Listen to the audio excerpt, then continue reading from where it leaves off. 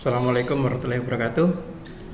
Oke, perkenalkan nama saya Denny Rivianto. Di sini saya bertugas mendapatkan kepercayaan untuk membawakan mata kuliah perancangan perangkat lunak.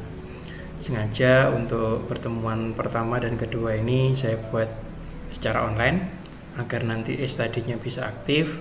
Kemudian teman-teman yang masih banyak kesibukan bisa mengakses rekaman ini kapanpun sesuai dengan waktu senggangnya gitu ya. Tapi tetap harus diakses gitu ya teman-teman. Oke, kita mulai untuk pertemuan pertama perancangan perangkat lunak. Sebagai pemanasan, coba kita bayangkan jika Anda adalah seorang kontraktor bangunan, kemudian Anda diminta oleh klien untuk membangun sebuah rumah, hotel, mall, rumah sakit, apapun gitu ya proyeknya.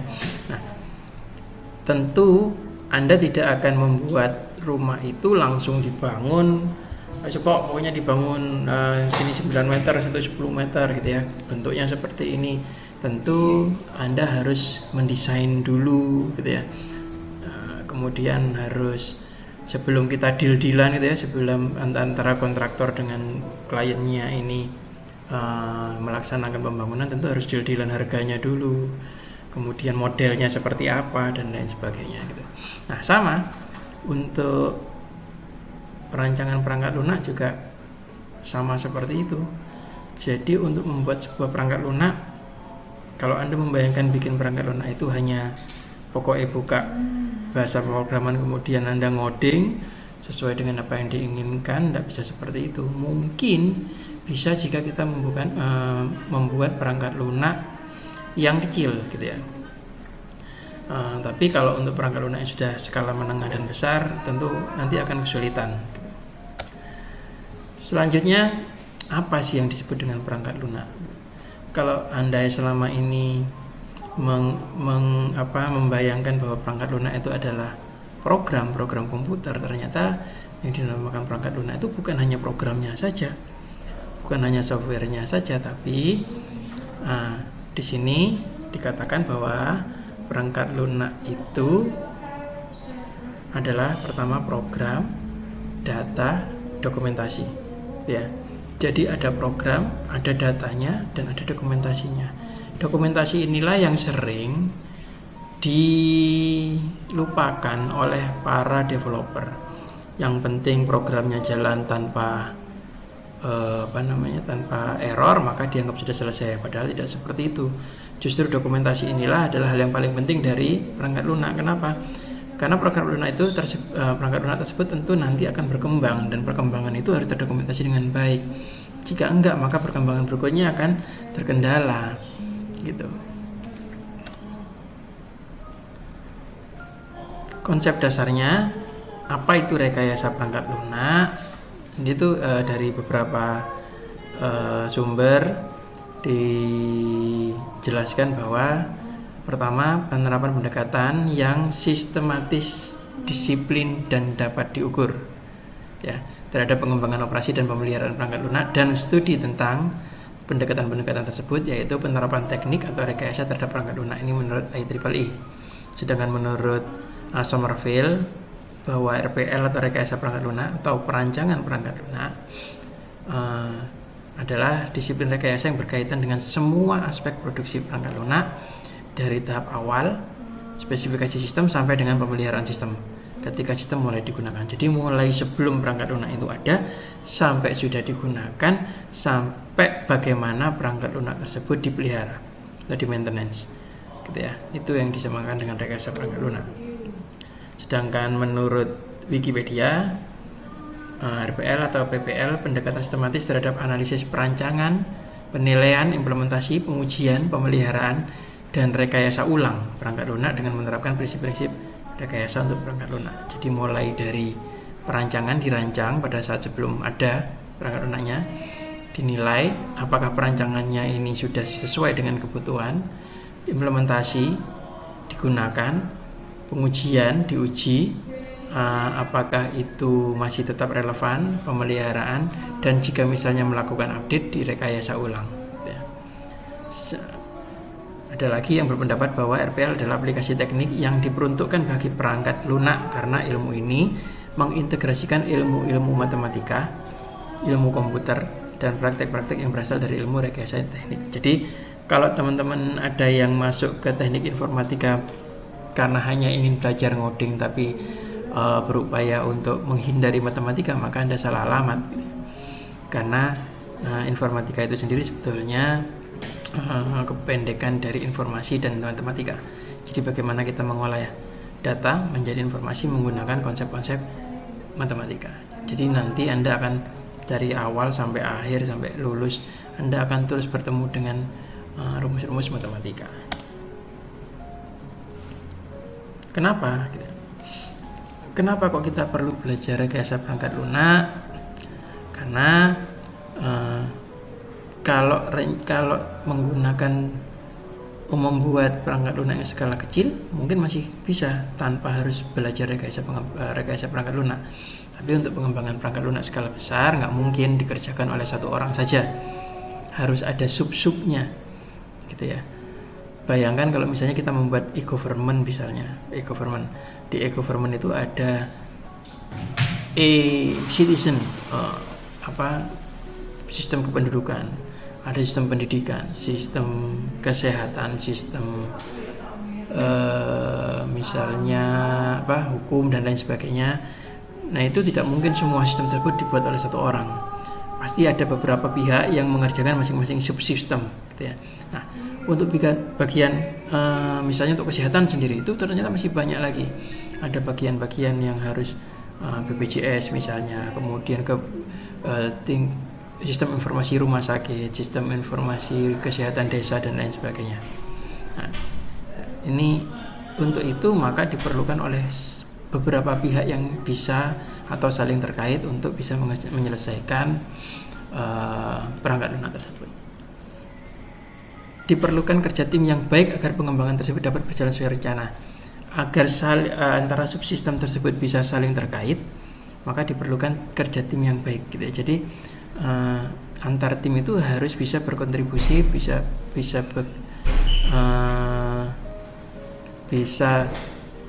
membuat suatu sistem yang saling terkait, gitu. Nah untuk itu perlu dikonsep. Kalau tanpa konsep yang benar maka interkoneksi antara subsistem akan susah. Untuk itu diperlukan teknik-teknik rekayasa untuk pengembangan perangkat lunak. Jadi teknik-teknik rekayasa perangkat lunak ini digunakan untuk menjembatani antar tim subsistem yang saling terkait, gitu. Di mana kapan RPL itu digunakan? Maka seperti tadi sudah dijelaskan bahwa konsep rekayasa perangkat lunak itu diperlukan untuk pengembangan perangkat lunak skala medium dan besar, gitu ya.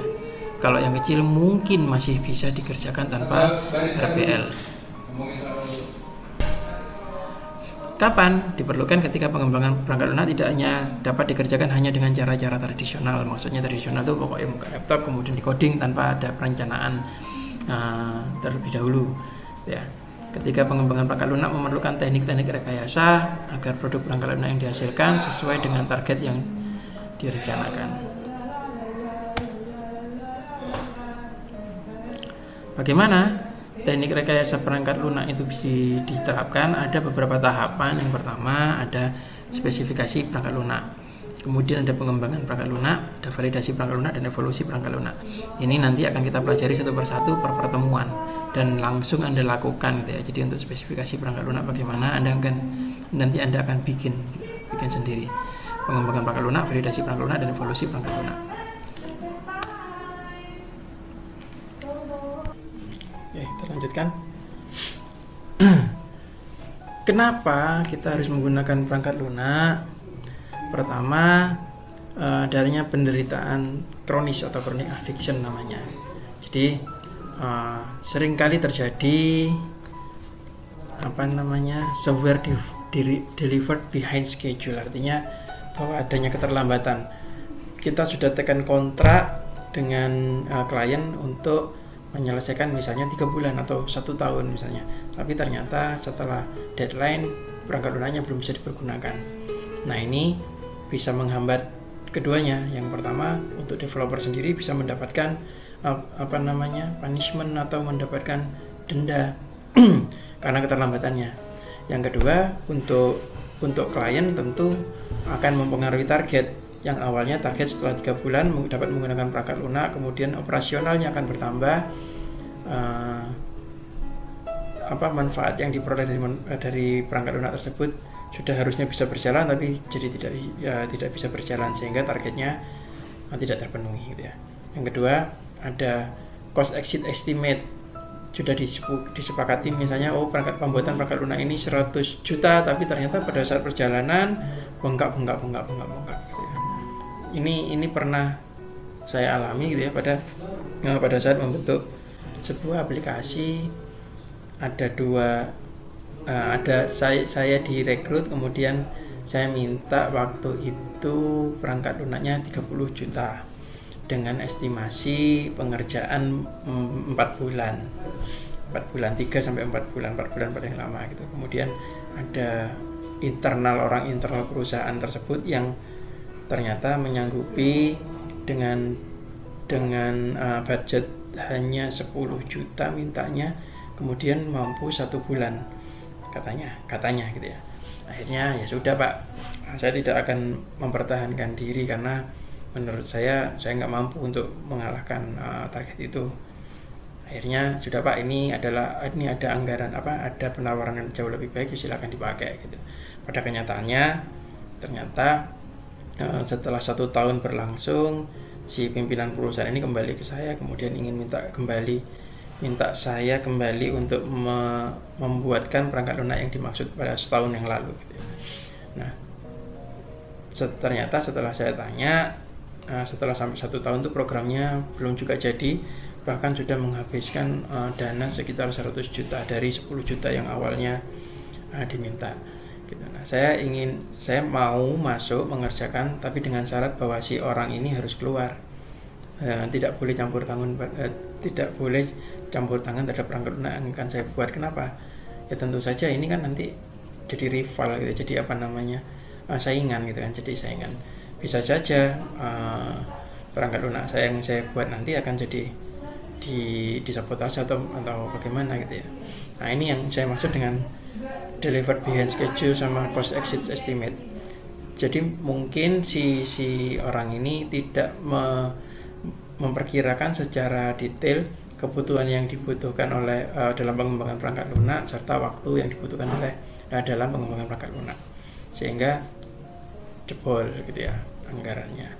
Kemudian yang kedua, unreliable, tidak dapat diandalkan gitu ya. Seorang itu menggunakan perangkat lunak gunanya untuk mempermudah dan bisa pasrah.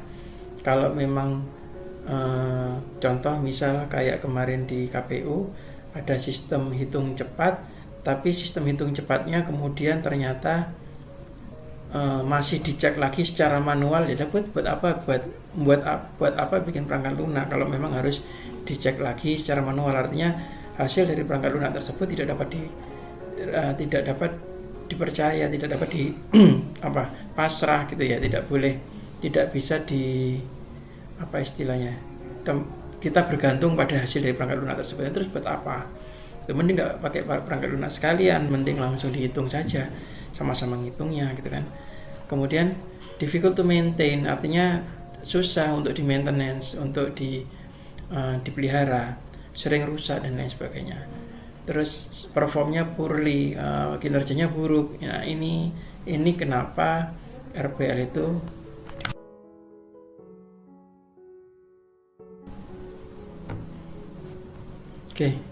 mohon maaf ada sedikit error tadi di software perekamannya. Kita lanjutkan faktor utama kegagalan perangkat lunak. Kenapa sih perangkat lunak itu bisa gagal? Yang pertama, karena kebutuhan customer tidak bisa dipahami dengan tepat gitu ya. Memang ini adalah faktor utama gitu. Faktor utama kenapa perangkat lunak itu tidak bisa dikatakan gagal gitu.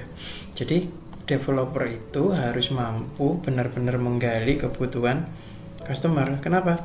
Karena customer itu seringkali sebetulnya tidak memahami apa yang mereka butuhkan gitu. Terutama jika itu dikaitkan dengan software atau dengan sistem terkomputerisasi. Maka developer harus bisa menjembatani kebutuhan itu. Caranya bagaimana? Ya tidak bisa hanya tinggal wawancara sedikit gitu. Jadi wawancaranya memang harus intens, harus beberapa kali per bab gitu ya. Kemudian tidak hanya wawancara tapi juga harus ada terjun ke lapangan langsung gitu. Observasi secara langsung bagaimana customer itu kebutuhan customer itu bisa digali gitu ya. Kemudian kebutuhan customer sering mengalami perubahan. Seringkali si customer butuh kebutuhan ABC gitu ya. Kemudian dibuatkanlah software, softwarenya baru jadi, kemudian ternyata kebutuhan si customer ini jadi berubah jadi BCD gitu. Sehingga yang perangkat lunak yang awalnya sudah jadi sehingga tidak bisa lagi dipergunakan. Nah, ini sering terjadi seperti ini. Yang ketiga, customer tidak bisa bekerja sama dengan pengembang. Nah, ini sehingga kalau misalnya customernya sendiri susah bisa sehati, bisa inline atau sehati lah ya, maka sefrekuensi gitu, maka nggak bisa pengembang ini untuk menggali kebutuhan yang dibutuhkan oleh user gitu.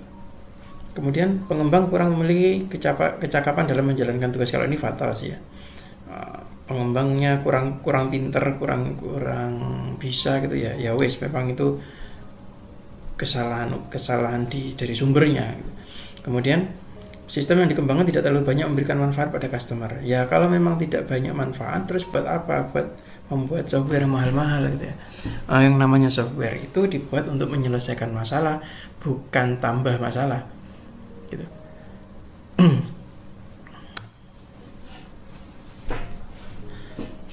Bagaimana RPL hari ini? Yang pertama, bahwa pengembangan RPL hanya dipahami sebatas membuat program saja. Saya yakin hampir mungkin 90% atau bahkan 100% Anda sampai saat ini menganggap bahwa pengembangan perangkat lunak itu yang ngoding gitu ya. Yang ngoding, padahal tidak. Tadi di awal sudah disebutkan bahwa yang namanya perangkat lunak itu selain software, selain program, ada data, ada dokumentasi. Loh, buat apa Pak? Bukankah perangkat lunak yang digunakan hanya programnya? Enggak. Data itu digunakan untuk menganalisa. Terutama sekarang kita banyak menggunakan AI. AI itu otaknya ya data. Tanpa ada data maka perangkat lunak apapun tidak akan berfungsi, nggak ada fungsinya. Yang ketiga adalah dokumentasi. Sekarang mungkin dokumentasi hanya digunakan pada saat kita mengalami masalah, nggak paham bagaimana caranya menggunakan perangkat lunak ini. Kita buat dokumentasinya atau mungkin tutorial gitu ya, tutorial. Nah, tapi akan lebih berasa pada saat perangkat lunak tersebut mulai butuh untuk berkembang, berevolusi, karena kebutuhannya sudah tidak bisa mengatasi kebutuhan organisasi atau instansinya. Terus jadwal proyek yang ketat. Nah, ini biasanya karena jadwal developernya sangat ketat, banyak tagihan gitu ya, sehingga banyak sekali melewatkan proses-proses rekayasa perangkat lunak dengan kaidah-kaidah yang benar. Pokoknya langsung dikoding saja, ndang mari dan diserahkan, next ke next project gitu ya, fokus ke next project ini. Kemudian belum adanya kesadaran pengambilan keputusan dalam industri perangkat lunak akan pemanfaatannya. Masih belum banyak kesadaran bahwa RPL itu dianggap menyulitkan saja, nambah-nambah kerjaan saja gitu ya. Terus belum banyak software engineer yang menguasai. Nah, ini sebetulnya utama ini ya. Jadi karena memang belum banyak developer yang menguasai kaidah-kaidah perancangan yang benar, yang tidak hanya sekedar ngoding saja, maka muncullah alasan-alasan bahwa wah RPR itu tidak dibutuhkan dan lain sebagainya, padahal dia sendiri tidak menguasai. Manajemen proyek masih belum menjadi kebutuhan. Nah, padahal sebetulnya dengan manajemen proyek yang baik, maka kita bisa mengembangkan proyek-proyek tersebut lebih optimal. Tidak hanya sekedar selesai, tapi juga dapat menyelesaikan masalah-masalah yang kiranya muncul di kemudian hari. Gitu. Mitos.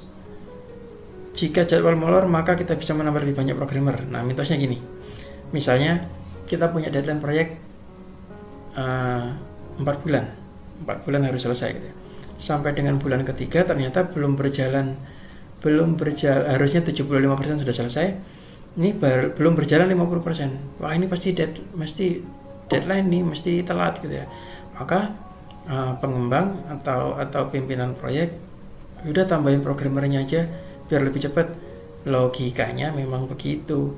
Kalau yang kerja misalnya dalam 2 bulan yang kerja orang 4 itu hanya bisa menyelesaikan 50%, harapannya kalau yang kerja 8 orang bisa menyelesaikan 100%. Logiknya begitu, matematikanya begitu, tapi kenyataannya enggak. Kenapa?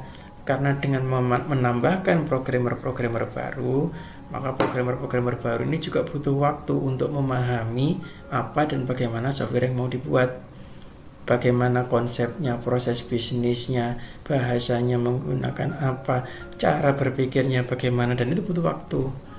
Bahkan jangan-jangan si programmer yang lama yang harusnya bisa kerja akan sibuk mengajari programmer yang baru, gitu ya. Sehingga sebetulnya bisa sama saja mau ditambah programmer atau enggak. Yang jelas kalau nambah programmer nambah pengeluaran gitu kan. Tapi target tetap tidak bisa dikejar. Yang kedua, jika kita bisa outsourcing perangkat lunak, maka kita bisa lebih santai. Contoh nih, BCA misalnya. BCA yang bank sebesar itu tentu tidak sulit untuk beli server gitu ya. Beli server untuk menyimpan data-data nasabah dan transaksinya sendiri. Tapi kenyataannya BCA enggak. BCA itu enggak punya server. BCA itu meletakkan servernya di pihak ketiga, di vendor. Saya sewa servermu, saya simpan data saya di servermu, gitu ya, di server data-data transaksi, data konsumen dan lain sebagainya. Anehnya lagi, bahwa BCA kalau butuh datanya sendiri nih, yang sudah disimpan di server yang dia sudah sewa, untuk ngambilnya ini juga butuh dana, bayar itu. Data-data saya nyimpennya sewa, mau ngambil masih tetap harus bayar. Loh, kenapa? Ya karena ada proses ada proses yang harus dibayar di sana. Baik itu bagaimana si vendor ini memaintain servernya agar tidak pernah ada gangguan sama sekali. Bagaimana si server ini menjamin keamanan data nasabah dan transaksinya. Bagaimana si server ini membuktikan anti disaster.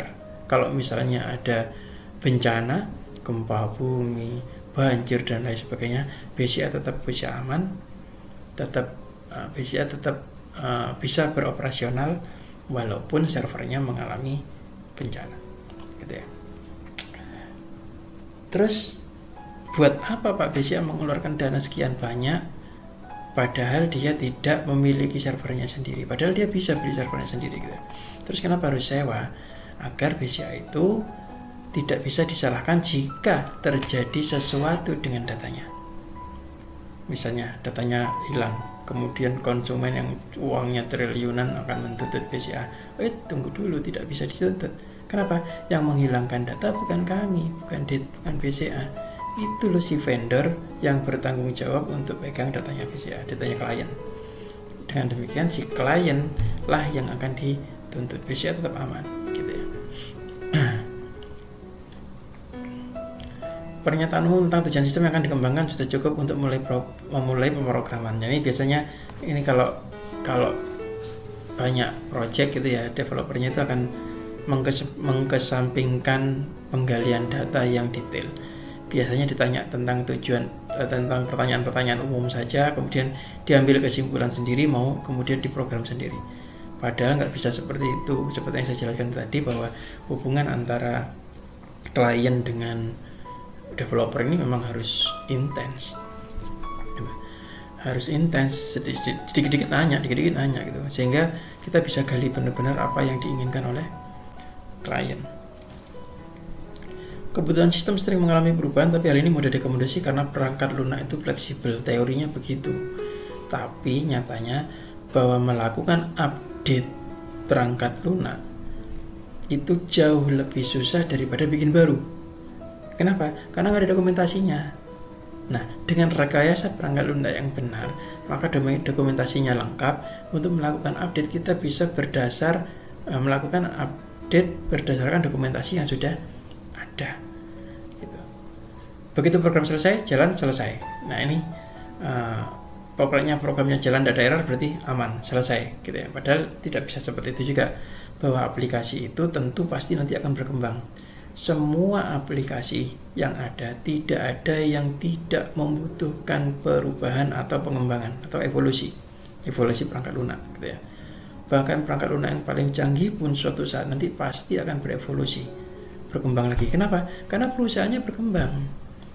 Kalau perusahaannya nggak berkembang, kalau softwarenya tidak berkembang, maka ada yang salah dengan perusahaannya. Artinya kebutuhannya ya begitu-begitu saja, tidak nambah-nambah. Berarti perusahaannya nggak tambah besar dong, tidak berkembang dong, gitu ya.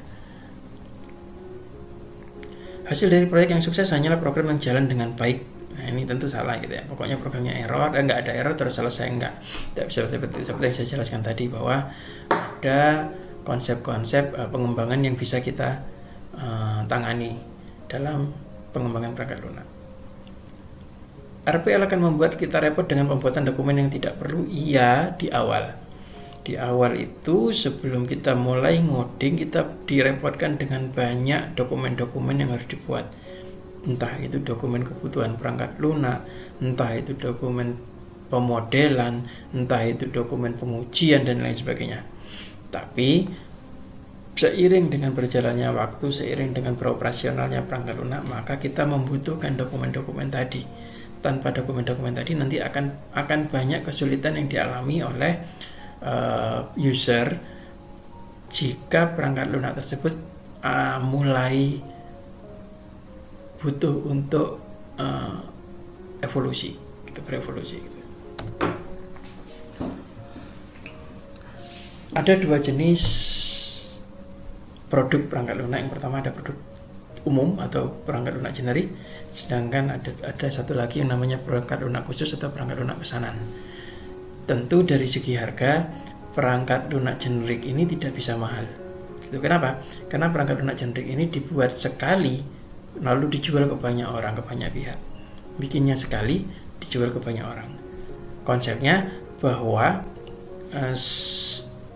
semua kebutuhan perangkat lunak, semua spesifikasi yang ada di dalam perangkat lunak itu apa katanya developer, gitu ya. Anda mau pakai ya silakan, tidak mau pakai ya sudah. Gitu konsepnya gitu kalau perangkat lunak generik. Contoh yang paling sering kita pakai adalah Windows, Microsoft Windows, Microsoft Office, gitu ya. Microsoft membuat Windows yang sebegitu kompleksnya itu. Setelah mereka melakukan riset, maka bikin perangkat lunak, kemudian dijual. Anda mau pakai ya beli, kalau nggak mau pakai ya sudah, jangan pakai, silakan pakai yang lain, gitu ya. Ini yang namanya perangkat lunak generik. Tapi perangkat lunak generik itu tidak bisa dijual mahal. Kenapa? Bikin sekali untuk banyak pihak. Berapa sih harganya Windows yang super fasilitasnya itu? Apa sih yang bisa dilakukan oleh Windows? Windows makin lama makin keren, gitu ya. Sekarang sudah ada AI-nya, gitu. Sekarang bisa multi screen dan lain sebagainya. Dengan perangkat lunak yang sedemikian kerennya, berapa sih harga jualnya Windows? 1 juta bahkan kurang, gitu ya. Beda dengan perangkat lunak pesanan. Perangkat lunak pesanan itu bisa Anda jual 100 juta, 500 juta tergantung dengan tingkat kekomplekan dari perangkat lunak tersebut. Nah, Bagaimana perangkat lunak pesanan itu? Perangkat lunak pesanan itu yang dibuat khusus untuk satu klien. Jadi memang perangkat lunak ini dibuat khusus untuk satu klien. Kalau mau dijual ke tempat lain, ke klien yang lain, harus ada penyesuaiannya. Gitu. Karena setiap perusahaan itu walaupun sama-sama toko, sama-sama perusahaan keuangan misalnya ya, tentu kebutuhannya berbeda. Nah, kebalikan dari perangkat lunak generik yang pesanan ini, semua kebutuhannya ditentukan oleh user. Saat user bilang bahwa saya ingin menghapus menggunakan enter bukan delete, maka kita harus manut. Nggak bisa dong Pak, masa enter dipakai untuk hapus, delete nggak, bukan delete gitu ya. Ya kalau konsumennya mau begitu ya mau apa? Mereka yang bayar gitu kan, maka harus manut. Itulah yang dinamakan dengan perangkat lunak pesanan. Contohnya apa? Yang paling dekat adalah sistem informasi akademik UNMU misalnya, bahwa sistem informasi akademik itu walaupun digunakan oleh seluruh universitas, maksudnya seluruh universitas bisa sih pakai SIA kita, tapi tentu tidak bisa persis, harus ada penyesuaian karena proses bisnisnya juga beda, kebutuhannya juga beda, gitu contohnya. Atribut penting perangkat lunak yang baik itu harus bagaimana sih? Yang pertama maintainability, mudah di-maintain. Kalau ada yang rusak mudah dibenerin, nggak sampai menyebabkan harus tutup dulu perusahaannya. Kemudian dependability dan security, bahwa kita bisa depend on pada perangkat lunaknya. Kita bisa bergantung pada perangkat lunaknya. Kalau sudah dihitungkan hasilnya gini, maka kita bisa yakin hasil ini benar. Tidak mungkin salah hitung. Ini yang namanya dependability yang tinggi. Perangkat lunak itu harus punya dependability yang tinggi, selain sekuritas atau keamanan yang tinggi pula, gitu ya. Kemudian ada lagi efisien di bidang apa? Yang pertama responsif, bahwa perangkat lunak yang baik itu pada saat kita berikan perintah langsung memberikan respon. Misal kita tekan simpan, klik, terus nunggu, ini proses apa enggak gitu ya. Jangan-jangan belum, tak klik lagi, klik, loh kok nggak ngapa-ngapain, klik gitu ya, padahal dia simpan proses. Kemudian kita memberikan tambahan perintah, maka yang terjadi bisa error. Nah, tidak boleh perangkat lunak itu responsiveness-nya rendah gitu. Kemudian waktu proses, jangan sampai waktu proses itu pada saat kita melakukan proses kemudian waduh lama ini, bisa ditinggal masak mie sarapan kemudian baru selesai prosesnya gitu ya. Bahwa waktu proses yang baik untuk perangkat lunak adalah makin cepat makin bagus gitu ya. Kemudian penggunaan memori, waktu prosesnya cepat, responsifnya bagus, tapi kalau penggunaan memorinya boros, maka perangkat lunak tersebut tidak bisa dikatakan sebagai perangkat lunak yang efisien.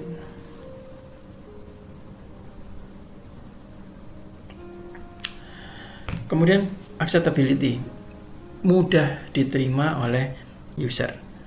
Contohnya misalnya understandable, mudah dipahami gitu ya. Mudah dipahami bahwa perangkat lunak yang baik itu misalnya dibuka ini Pak untuk form pendaftaran member baru misalnya.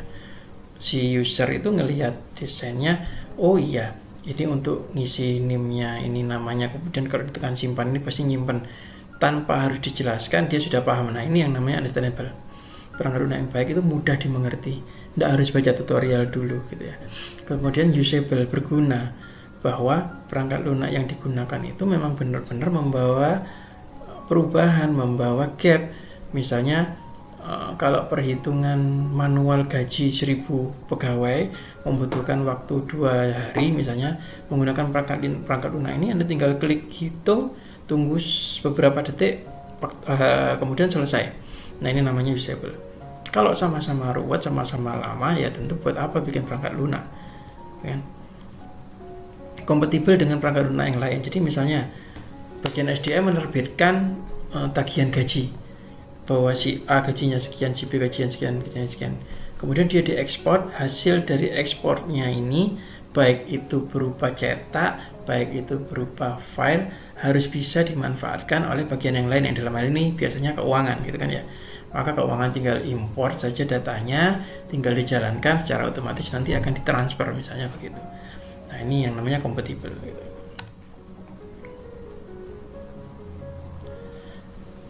Proses perangkat lunak aktivitas dasarnya terbagi menjadi 4. Ini sudah dijelaskan di awal tadi. Ada spesifikasi kebutuhan perangkat lunak, ada pembangunan perangkat lunak, ada validasi dan evolusi. Ini nanti akan kita bahas satu persatu di masing-masing pertemuan. Jenis-jenis perangkat lunak ada standalone application. Standalone itu artinya bahwa perangkat lunak itu ditanam di satu komputer, nggak terhubung dengan komputer yang lain.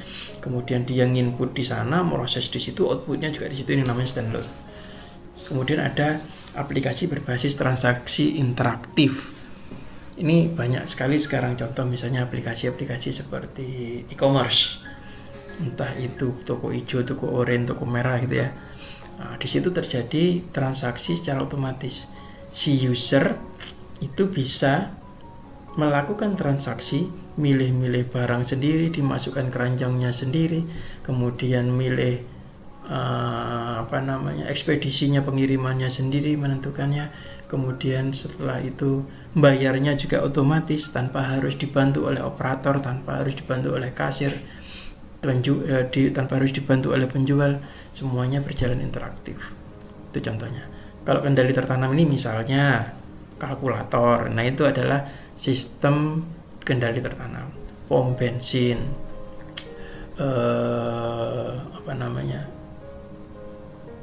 mobil yang sekarang pakai AI, mobil yang bisa jalan sendiri tanpa supir, nah itu sistem kendali tertanam, di mana aplikasi yang dihasilkan atau yang digunakan oleh perangkat tersebut memang ditanam dalam perangkatnya, tapi hanya bisa mengerjakan tugas itu saja.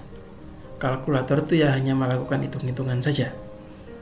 Kalau mesin pom bensin itu ya hanya tugasnya adalah mengisi sesuai dengan meteran yang ada, kemudian menghasilkan laporan pengisian. Bahwa mobil pintar itu tugasnya hanya mengantarkan si penumpang dari titik awal menjadi ke titik akhir dengan aman tanpa ada insiden. Ya, itu kendali tertanam. Kemudian kalau pemrosesan batch, ini pemrosesan yang dilakukan, beberapa proses yang dilakukan secara bersamaan gitu ya. Contoh misalnya di bank itu kalau Anda tahu kasir teller tutup jam 3 ya. Jam 3 close, tidak boleh menerima konsumen lagi. Padahal kalau kita lihat pegawainya pulangnya paling cepat paling jam 5 gitu ya. Bahkan bisa lebih sampai jam malam-malam gitu. Terus ngapain kalau pegawainya di situ nggak mau menerima nasabah? Karena di saat-saat itu mereka sedang melakukan proses pemrosesan batch. Apa itu pemrosesan batch? Mereka akan menghitung transaksi yang ada mulai awal buka sampai tutup jam 3.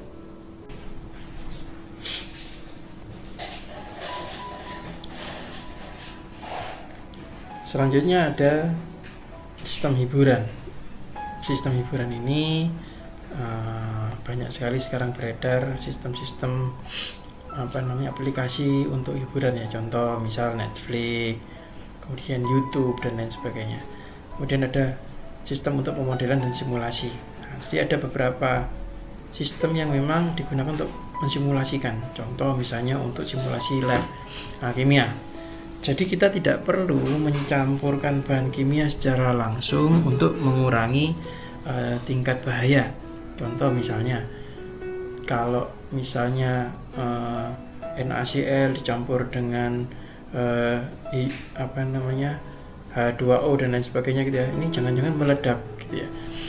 Maka kita bisa tinggal pakai pemodelan itu, ini campur ini, silahkan dicampur sembarangan, reaksinya akan langsung muncul di sana.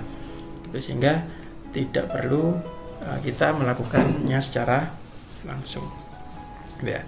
Kalau Anda sering lihat di film-film itu kan kayak ada kalau misalnya kita menggunakan rekayasa genetik, kalau ini campur ini sebelum diterapkan kepada objeknya, Maka dicoba dulu, ini pasti mati, ini pasti jadi racun dan lain sebagainya. Pada saat sudah oke, menurut sistem oke, baru ini dicangkokkan kepada objeknya secara langsung. Ini pemodelan dan simulasi. Kemudian ada pengumpulan data. Sistem pengumpulan data contohnya misalnya kayak ini banyak nih di Jember ini lagi banyak aplikasi. Ada J Keren, ada J Citizen, ada J dan lain sebagainya. Nah, sebetulnya aplikasi tersebut fungsi utamanya adalah untuk mengumpulkan data. Jadi data-data dikumpulin terus buat apa Pak? Data-data itu semuanya dikumpulin dari masyarakat, digunakan untuk sistem pendukung keputusan yang membantu pemerintahan dalam menentukan keputusan terbaik untuk wilayahnya. Ada juga sistem dari beberapa sistem, contohnya e-government, bahwa e-government itu kumpulan dari beberapa sistem. Bisa ada sistem kesehatan, e-health, ada e-law atau hukum elektronik, kemudian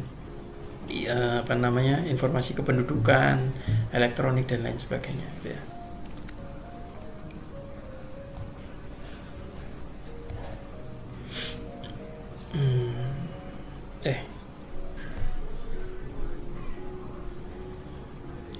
Ada beberapa sebentar kok ke sini.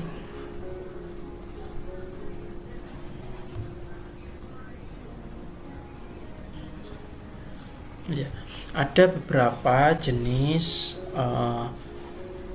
pengembangan perangkat lunak, SDLC. SDLC itu Software Development Life Cycle atau siklus hidup pengembangan perangkat lunak. Yang paling sederhana adalah waterfall. Waterfall model ini contohnya seperti ini. Kenapa namanya waterfall model? Waterfall ini adalah air terjun ya. Kenapa kok model air terjun? Karena sampai saat ini belum ada air terjun yang airnya dari bawah ke atas. Jadi air terjunnya pasti dari atas ke bawah dan tidak berhenti di tengah-tengah. Sama dengan waterfall model ini, bahwa kalau misalnya kita mulai dari requirement analysis, selesai kita lanjutkan ke desain, lanjutkan implementation, testing, maintenance. Kalau misalnya terjadi error pada saat implementation, misalnya contoh gini, di implementation ini error nih, maka kita tidak boleh naik satu ke desain, memperbaiki yang desain, gitu, nggak bisa. Jadi kalau pada saat ketemu implementation salah, maka kita harus reset semuanya dari awal, mulai ke requirement analysis lagi. Jangan-jangan ada kebutuhan yang belum tercover oleh requirement analysis, gitu ya. Ini namanya waterfall model. Gitu. Kemudian ada V model. Ini hampir sama sebetulnya dengan waterfall model, tapi lebih dilengkapi lagi, lebih disempurnakan. Yang pertama, setelah kontrak selesai, maka tugas yang pertama adalah user requirement.